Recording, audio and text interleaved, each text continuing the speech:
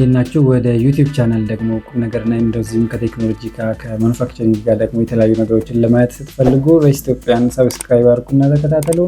ዛሬ አንድ ደስ የሚል ነገር አብረን እናያለን። የኮንስትራክሽን የህንፃ ጥበብን እንደዚህም ደግሞ ቤት ውስጥ ለምንጠቀማቸው እቃዎች፣ መንገድ ላይ ለምናያቸው ማሽነሪዎች፣ መኪናዎች ሁሉ የጀርባ አጥንት የሆነውን ስቲል ወይም ደግሞ ብረት እንዴት እንደሚመረት ከየት እንደሚመጣ ዛሬ በዚች አጭር ቪዲዮ አብረን እናያለን ማለት ነው።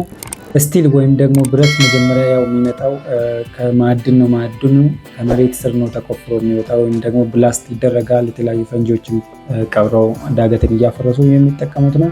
አይረን ኦር ይባላል። ይህን አይረን ኦር ማዕድን ያላቸው ብዙ ሀገራቶች ቢሆኑም ነገር ግን 5 ሀገራት ደግሞ ከዚህም በጣም በበለጠ በብዙ እጥፍ ያላቸው ናቸው።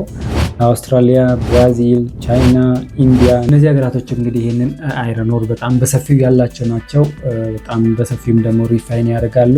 እንደነ ቻይና፣ እንደነ ሳውዝ ኮሪያ፣ አሜሪካ፣ የአውስትራሊያ በጣም ሪፋይን አድርገው ይህንን ስቲል እያመረቱ ደግሞ ለዓለም ያከፋፍላሉ ማለት ነው። ከምን እንደሚጀምር እናያለን። ስለዚህ ስቲልን ለማምረት 3 ነገሮች ያስፈልጋሉ። መጀመሪያው አይረን ኦር ራሱ ስቲል ሮ ማቴሪያል ነው። ሁለተኛው ደግሞ ኮኪንግ ኮል የሚባል ወይም ደግሞ የተፈጥሮ ከሰል የሚባለው። ሶስተኛው ደግሞ ላይምስቶን ነው። ሶስቱም ደግሞ ሚክስ ተደርገው ለምን ፐርፐስ ደግሞ ሚክስ እንደሚደረጉ ደግሞ በዚህ ቪዲዮ እያያችሁ ነው። ይህ አይረን ኦር ከተቆፈረ በኋላ ወደ ማሽን ይገባል። ቤኔፊሺዬሽን ይባላል። ቤኔፊሺዬሽን ማለት መፍጨት። ይህንን የአይረን ኦሩን ፈጭቶ አይረን ኮንተንቱን መጨመር እና ኢምፒውሪቲ ከአፈር ውስጥ ተቆፍሮ ሲመጣ ኢምፒውሪቲዎች ወይም ደግሞ ቆሻሻ ይዞ ካለ እሱን ለማስወገድ ይጠቅማል ማለት ነው። እንግዲህ የመጀመሪያ ስቴፕ ላይ አይረን ኦሩ ከተፈጨ በኋላ ከውሃ ጋር ይቀላቀላል። ከዛ ደግሞ በማግኔቲክ ሲስተም ማግኔት የሚስበውና የማይስበውን ይለያል ማለት ነው። አሁንም እዚህ ጋር ብረት ያልሆነው ነገር እንዲወገድ ያደርግልናል ማለት ነው። ከዛ ከውሃ ጋር ተቀላቅለው በማግኔቲክ ሲስተም ደግሞ እንዲወጣ ይደረጋል። ከአይረኑ ውጭ ደግሞ ኮኪንግ ኮል የሚባል ደግሞ አለ። ይሄ ኮኪንግ ኮል የተፈጥሮ ከሰል ነው። ይህንን አይረን ኦር ለማቀጣጠል ደግሞ በከፍተኛ ቴምፕሬቸር እንዲቃጠል የሚያደርግልን ነው። ሶስተኛው ደግሞ ላይምስቶን ይባላል። ላይምስቶን ደግሞ ኢምፒውሪቲን ለማስወገድ የሚጠቅመን ነው። እሱንም ፕሮሰሱ ጋር ስንደርስ እናያለን። እንግዲህ እነዚህ 3ቱ ካለ ብላስት ፈርነስ የሚባላል። ይህ ብላስት ፈርነስ ማለት በ2000 ዲግሪ ሴልሺየስ ላይ የሚያቀልጥ ትልቅዬ ፈርነስ ነው ማለት ነው። እነዚህ 3ቱ እዛ ውስጥ ይጨምራሉ። አይረን ኦሩን ፓውደር አድርገን እንጨምራለን። ከሰሉን የተፈጥሮ ከሰል ወይም ደግሞ ኮኪንግ ኮል የሚባለውንም እንጨምራለን። ሶስተኛ ላይምስቶን እንጨምራለን ማለት ነው። ይህ ላይምስቶን ያስፈለገው ምን ያደርጋል? ከኢምፒውሪቲዎች ከቀሩ ኢምፒውሪቲ ወይም ደግሞ ቆሻሾች ጋር አታች የማድረግ ባህሪ ያለው ከኢምፒውሪቲ ጋር አታች ይደረጋል። ሎ ዴንሲቲ ስላለው ደግሞ እየቀለጠ ፈርነስ ውስጥ እየቀለጠ ሲሄድ ኢምፒውሪቲን ይዞ ወደ ላይ ይወጣል ማለት ነው። ያ በቀላሉ ማስወገድ እንችላለን። ከብረቱ ላይ ኢምፒውሪቲውን ማስወገድ እንችላለን ማለት ነው። እዚህ ብላስት ፈርነስ የሚባለው ውስጥ 2000 ዲግሪ ሴልሺየስ ወይም ደግሞ 3600 ዲግሪ ፋረንሃይት ላይ በከፍተኛ ንፋስ ከስር ንፋስ እሳት ይለቅበታል ማለት ነው። ያ እሳት ከስር ያለው ከላይ የገባው ኦሩ አለ ከስር ያለውን እያቀለጠ ይሄዳል፣ ሜልት እያደረገ ይሄዳል። ዘን ሜልቲንግ አይረን ይፈጠራል ማለት ነው። እንግዲህ ቀጣዩ ፕሮሰስ ምንድነው የሚደረገው? ሪዳክሽን ፕሮሰስ ውስጥ ይገባል። ሪዳክሽን ፕሮሰስ ደግሞ ምንድነው? ኦክሲጂንን ለመቀነስ ሪሙቭ ለማድረግ የሚያግዘን ፕሮሰስ ነው። ሪዳክሽን ፕሮሰስ ካሄዳል። ሪዳክሽን ፕሮሰስ የሚደረገው በጣም ካርበን ኮንቴንቱን ለመጨመር እና ኦክሲጂንን ሪሙቭ ለማድረግ የሚጠቅመን ነው። ሪዳክሽን ፕሮሰስ ውስጥ ይሄዳል ማለት ነው። አሁንም ስቲል ነው፣ ሞልትን ነው፣ የቀለጠ ነው። አሁን እንግዲህ እዚህ ጋር ሜካኒካል ኢንጂኒሪንግ የምትማሩ ሰዎች ታውቃላችሁና ሃይ ካርበን ኮንቴንት አንድ ብረት ውስጥ አለ ማለት ብሪትል ነው፣ በቀላሉ መሰበር የሚችል ነው የሚሆነው። ሌላኛው ደግሞ ለስራ ለተለያዩ ፐርፐሶች ስንጠቀም አንሲዩታብል የማይመች ነው። ይሄ ብሪትል የሚሆነው እና አንሲዩታብል የማይመቸው አይነት ብረት ደግሞ እንደገና በሚመችና በማይሰበር መንገድ ደግሞ መሰራት ስላለበት ሌላ ፕሮሰስ ይሄዳል፣ ሪፋይን ይደረጋል። በዚህ ሪፋይን ሲደረግ ደግሞ አንድ ኢኩፕመንት ይጠቀማል፣ BOF ይባላል። እሱም ቤዚክ ኦክሲጅን ፈርነስ ይባላል። ወይም ደግሞ በሌላ መንገድ ኤሌክትሪክ ኤር ፈርነስ የሚባልም አለው። ከዚህ ሁለቱ አንዱ ፕሮሰስ ጋር ይሄዳል፣ እንደ ፋክተሪው ማለት ነው። አንዳንድ ፋክተሪዎች BOF ቤዚክ ኦክሲጅን ፈርነስ ሊኖረው ይችላል። ሌላ ካምፓኒዎች ደግሞ ኤሌክትሪክ አርክ ፈርነስ የሚባለው ማሽን ሊኖራቸው ይችላል። ኔክስት ፕሮሰስ ይሄዳሉ።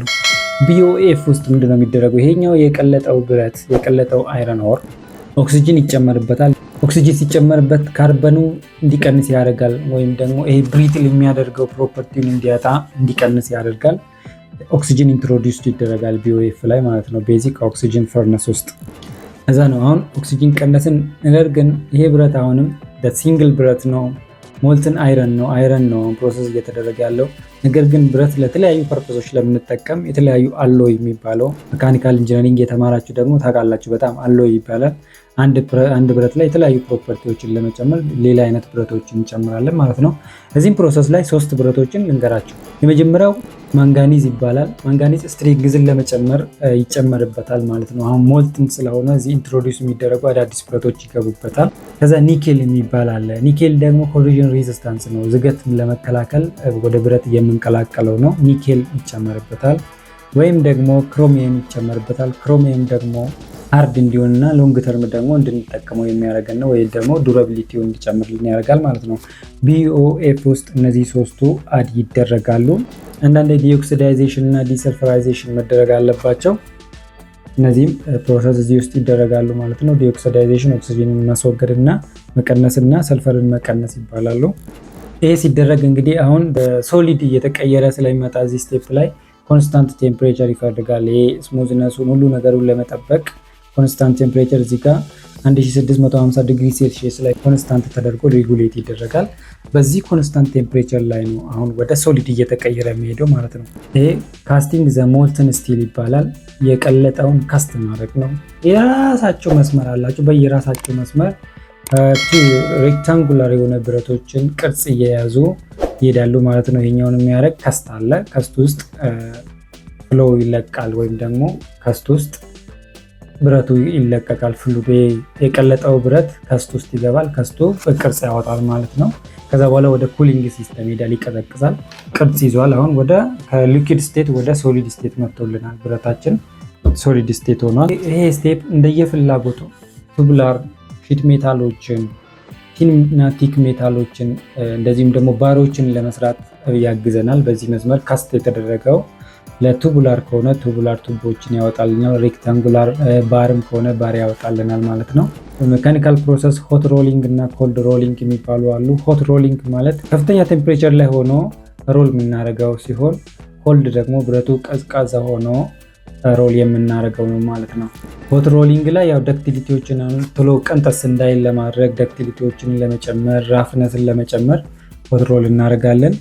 ኮልድ ሮሊንግ ደግሞ ስሙስ ራፍነስ እንዲኖረው እና ቪዲዮ ላይ እንደምታዩት ስሙስ ራፍነስ እንዲኖረው ያደርጋል ማለት ነው። አንዳንዴ ደግሞ ኮልድ ሮሊንግ ምናልባት ብረቱ ብሪትል የመሆን ፕሮፐርቲው ሲኖር ብሪትል እንዳይሆን ደግሞ ሌላ ፕሮሰስ አኒሂሌሽን የሚባል ፕሮሰስ ይሄዳል። አኒሂሌሽን ፕሮሰስ ማለት ማሞቅ ደን ማቀዝቀዝ ነው። ነገር ግን አሙቀን ስናቀዘቅዘው የሆነ ፕሮሰስ እናደርጋለን። ያ ዳክቲሊቲ እንዲጨምርልን ብሪትል በቀላሉ ብረቱ እንዳይቀነጠስ ያደርግልናል። ፋይናል ላይ የምንሰራው የኮቲንግ ወይም ደግሞ ጋልቫናይዚንግ ፕሮሰስ እናደርጋለን። ለምሳሌ ዚንክ ጋልቫናይዝድ ስናደርግ ዚንክ ነክረን ስናወጣ ብረቱን ልክ ምንድነው ኮሮዥን ሬዚስት ለማድረግ ነው። ለፖሎች ለተለያዩ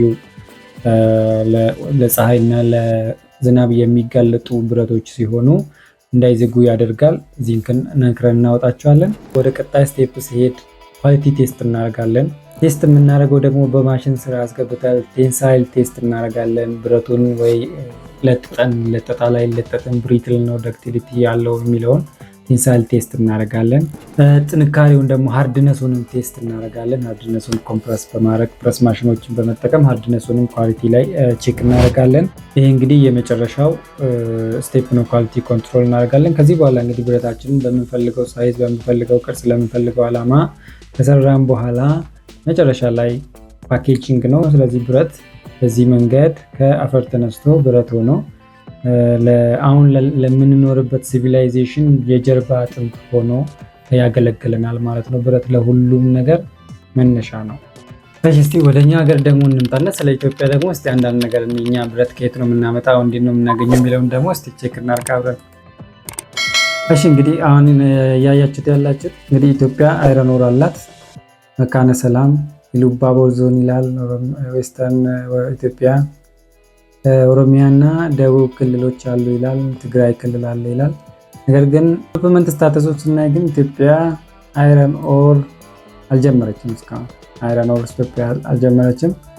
ኤርሊ ስቴጅ ላይ ነው ያለው ማለት። ነገር ግን ብረት ሪፕሮሰስ ታደርጋለች። ማለት የተሰሩ የወዳደቁ ብረቶችን ኮራሌዮ ማለት ነው የወዳደቁ ብረቶችን እንደገና ፕሮሰስ አድርጋ ወደ ትክክለኛ ብረትነት ቀይራ የምትጠቀም ሀገር ናት። ነገር ግን እስካሁን ስለ አይረን ኦር አለ። ነገር ግን ይህንን ሂውጅ ኢንዱስትሪ ለመገንባት በጣም ትልቅ አቅም የሚጠይቅ ትልቅ እውቀት የሚጠይቅ ነው ማለት ነው። ይህም አስባችሁታል? ይህም ባክቦን ኢትዮጵያ ብታገኝ በምን ያህል ደረጃ ኢንዱስትሪዎቻችንን እንደሚገፋ በምን ያህል ደረጃ እንደሚያገስ ኢማጂን እንግዲህ ገሳሩ።